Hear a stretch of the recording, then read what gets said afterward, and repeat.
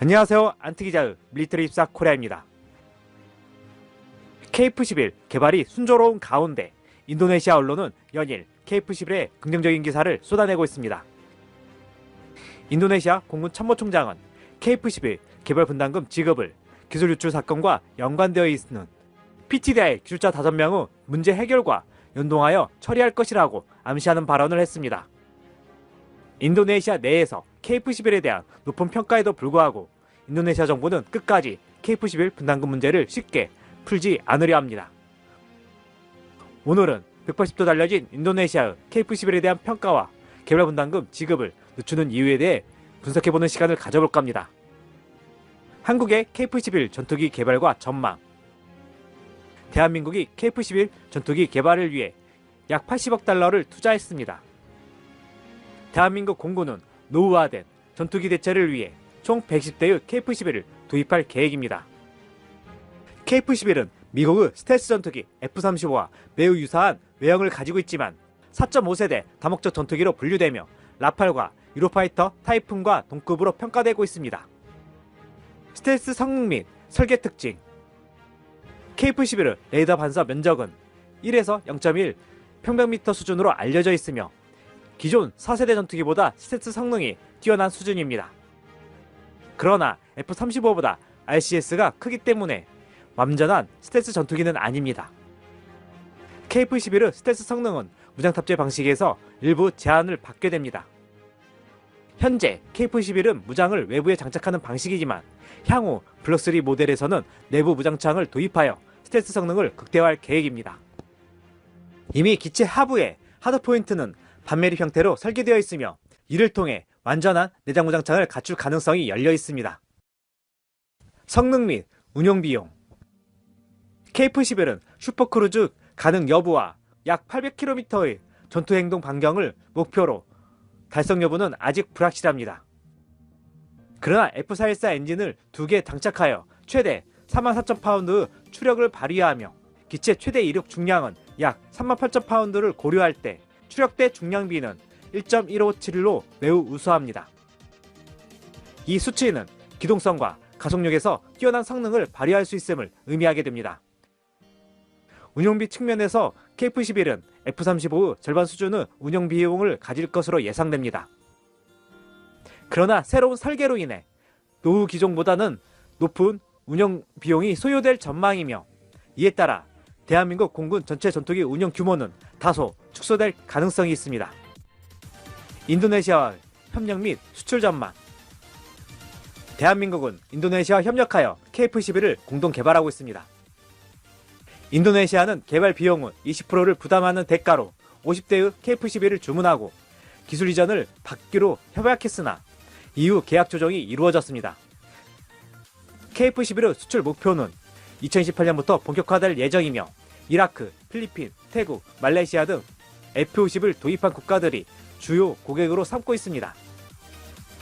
또한 페루, 카타르, 세네갈 등도 잠재적인 구매 국가로 검토되고 있습니다. KF-11의 예상 단가는 6,500만 달러로 F-50과 같은 저가의 전투기로 볼 수 없지만 라팔이나 타이푼 대비 약 3분의 2 수준의 가격을 목표로 하고 있어 경쟁력을 확보하고 있습니다. 한국의 차세대 전투기 개발 가능성. KF-11이 상업적으로 성공할 경우 대한민국은 5세대 스텔스 전투기 개발을 위해 교두보를 마련할 것으로 보입니다. 과거 T-50 골든 이글이 카이의 기술 기반을 다지는 데 기여한 것처럼 KF-11은 한국이 완전한 스텔스 전투기 개발 역량을 확보하는 발판이 될 전망입니다. 미국 매체는 KF-11이 F-35처럼 압도적인 전투기는 아닐 것이라고 밝히면서도 한국의 장기적인 개발 계획을 높이 평가하며 KF-11 전투기는 F-35처럼 지배적이지는 않지만 큰 계획을 가지고 있다라고 밝혔습니다. 인도네시아 KF-11 사업에 적극적으로 전환. 데디 락스모노 공군참모총장이 한 인도네시아 간 프로젝트 계약 개정회의를 주최했습니다. 인도네시아 정부는 한국과의 KF-11 전투기 개발을 위한 사업 개정 협상에서 인도네시아 정부의 입장을 확인했습니다. 인도네시아는 KF-11의 성공적인 개발 과정을 보면서 KF-11 프로젝트 잔류를 선언한 상태입니다. 이번 회의에서 인도네시아 국방부는 특히 비용 분담 계약 및 기술 통제권과 관련해 한국이 제안한 몇 가지 변경 사항을 거부했으며, 인도네시아는 CSA 지급은 한국 내 PTDI 엔지니어 5명의 법적 소송 해결에 달려있다는 점을 강조했습니다. 또한 인디 정부는 대금 지급 지연 시 기술 이전 지연에 대한 조항을 거부했으며, 후속 조치로 인도네시아는 곡식 답변서를 작성하고 합의에 따라 행정문서를 수정할 예정입니다. 즉, 인도네시아 입장은 기밀 자료 유출 혐의의 PTDI 기술진의 법적 소송 해결이 우선시하며 기술 이전을 정상적으로 해달라고 요구하고 있으며, 이 문제가 해결되어야지만 분담금 납부를 다시 시작하겠다는 것으로 보입니다. 특히 PTDI 엔지니어 5명의 소송은 기술 이전 축소에 대한 전략적 소송으로 KF-11 프로젝트에서 인리가 요구한 기술 이전 47개 항목 미이행이 쟁점입니다. 개발 분담금 지급을 소송 해결에 연동시킴으로써 한국에 압박을 가하는 동시에 기술을 얻어내려는 전술로 보입니다. 인리 국방부는 KF-11 양산 시기인 2030년대를 대비해 기술 이전 및 확보를 최우선시 하고 있습니다. 2014년 인리 국방 백서에 따르면 2023년 PTDI가 카이로부터 받은 동체 설계 자료 28%가 미흡하다고 밝힌 바 있습니다. 이와 더불어 인리 루피아 대비 원화가 약세를 이어가고 있어 지연 시기를 지연시킴으로써 실제 지불액을 낮출 수 있다는 점입니다. 특히 개발비도 천연자원인 니켈 등으로 물물 교환을 제한하고 있어 한국의 배터리 산업과 연계하는 방안도 추진 중인데, 이 또한 결국 개발비를 낮추는 효과를 가지게 됩니다.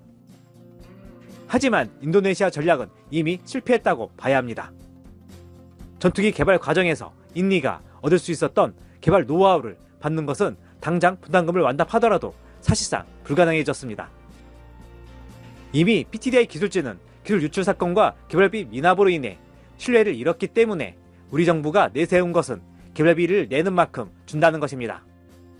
그리고 KF-11 시범 비행이 절반을 넘기면서 KF-11 개발 성공 가능성은 매우 높아지고, 수출 시 인도네시아가 지분이 빠진 만큼 우리가 지분을 가져가는 것이기 때문에 인도네시아의 부품 사용은 얻게 될 것입니다. 인도네시아가 KF-11을 구매 시 공동개발국에 대한 형식 지위만은 있을 뿐 실질적인 것은 없다고 봐도 무방합니다. 개납 미납금은 인도네시아가 KF-11 구매 시 기술료로 녹여 받으면 되는 것이기 때문에 우리에게는 큰 타격이 없다는 것입니다. 다만 인리가 KF-11을 도입하면 생산 대수 증가 및 수출 사례가 생기는 것이라 이득이 있는 것입니다. 수출에 있어 첫 수출 사례를 만드는 것은 중요하기 때문에 인리를 내치지 않는 이유입니다. 이젠 인리와는 KF-11 거래는 철저하게 비즈니스 마인드에서 접근해 이루어지고 있으며, 돈 몇 푼을 아끼고 기술을 받아가려고 꼼수를 부렸던 인리는 돈 낭비, 시간 낭비만 하고 있는 상황입니다. 오늘 준비한 내용 여기까지입니다. 안티기자의 밀리터리24 코리아 멤버십에 가입하시면 영상 제작을 후원하실 수 있습니다. 구독, 좋아요, 알림 설정은 좋은 콘텐츠 제작에 큰 힘이 됩니다.